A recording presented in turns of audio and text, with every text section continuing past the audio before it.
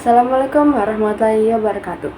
Pada video ini saya akan membahas topik dimensi perkembangan usaha didik, mulai dari hakikat perkembangan, periode, dan tugas perkembangan, faktor-faktor yang memengaruhi, serta peran orang tua dalam membentuk kualitas tubuh anak. Pertama-tama, hakikat perkembangan usaha didik. Perkembangan adalah proses perubahan yang terjadi pada individu dari lahir hingga dewasa. Ini mencakup berbagai aspek seperti fisik, kognitif, emosional, sosial, dan spiritual. Memahami hakikat ini sangat penting bagi kita sebagai pendidik, agar kita dapat merancang strategi pembelajaran yang sesuai dengan kebutuhan siswa. Selanjutnya, membahas periode dan tugas perkembangan. Ada beberapa periode perkembangan. Dalam perkembangan anak di usia dini, fokus kita adalah pada perkembangan motorik dan bahasa. Kemudian saat anak memasuki usia remaja, kita harus menekankan kemampuan kognitif dan sosial mereka ketika memasuki masa dewasa. Mereka akan mencari identitas diri dan mengalami perkembangan emosional.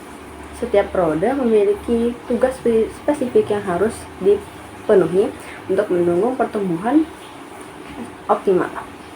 Selanjutnya, membahas faktor-faktor yang memengaruhi perkembangan masa didik.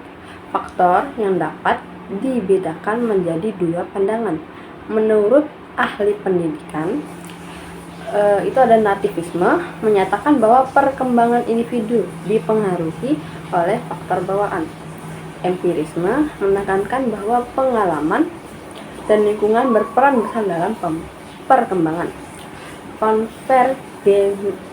Konvergensi, kombinasi dari kedua pendekatan, yaitu bawaan dan lingkungan. Menurut pandangan Islam, ada bawaan, potensi yang diberikan Allah kepada setiap individu sejak lahir. Ada lingkungan, pengaruh dari keluarga dan masyarakat yang membentuk karakter, ketentuan Allah, yang dimana takdir dan izin Allah dalam setiap aspek perkembangan individu. Dan yang terakhir, membahas peran orang tua dalam membentuk kualitas tubuh anak, yang dimana orang tua memiliki peran penting dalam memberikan dukungan emosional dan pendidikan. Mereka harus terlibat dalam pendidikan anak, baik sekolah maupun di rumah. Dengan mengajarkan disiplin dan membangun kebiasaan baik, orang tua dapat membantu anak-anak mereka tumbuh menjadi pribadi yang baik. Sebagai penutup, mari kita perhatikan firman Allah dalam Quran surah Al-Mu'min ayat 12-13. Walaqad khalaqnal insana min sulalatin min tin. Sungguh kami telah menciptakan manusia dari saripati yang berasal dari tanah. Summa ja'alnahum nutfatan fi qararin makin. Kemudian kami menjadikan air mani di dalam tempat yang kukuh, rahim. Ayat ini menggambarkan proses penciptaan manusia yang dimulai dari tanah, menunjukkan bahwa setiap individu memiliki asal yang sama.